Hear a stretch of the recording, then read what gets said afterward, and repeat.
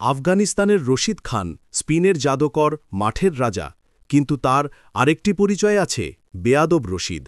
২০১৪ সালে আন্তর্জাতিক ক্রিকেটে তার অভিষেকের পর থেকেই মাঠে সে নিজেকে প্রমাণ করার চেষ্টা করেছে, কিন্তু কখনো কখনো তার অতিরিক্ত আত্মবিশ্বাস, প্রতিপক্ষকে হেয় করার ভঙ্গি এবং অহংকার অনেককে হতবাক করেছে।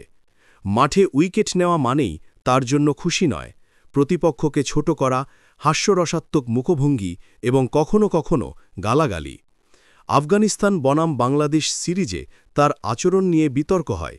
টিভিতে দেখা যায় সে তার প্রতিপক্ষ খেলোয়াড়দের দিকে আঙুল তোলা, মুখের ভঙ্গি করে হেয় করে, এমনকি কিছুটা গালাগালি, যা দর্শকরা মনে রাখে। ২০২৫ সালের এশিয়া কাপের গ্রুপ পর্বে আফগানিস্তান হেরে যায়। রশিদ খানের উত্তেজনা তীব্র হয়।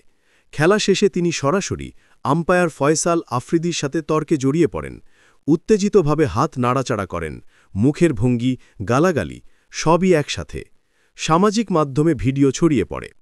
পরবর্তী ম্যাচে শ্রীলঙ্কার বিপক্ষে আফগানিস্তান হারে। রশিদ দলের পারফরমেন্স নিয়ে হতাশা প্রকাশ করে, বলে, আমরা প্রস্তুতি ভালো ছিল, কিন্তু মাঠে তা প্রতিফলিত হয়নি। এ সময়ও তার অহংকার বজায় থাকে। সে ঘোষণা করে আফগানিস্তান এশিয়ার নং ২ দল, অথচ দল গ্রুপ থেকে বাদ পড়ে।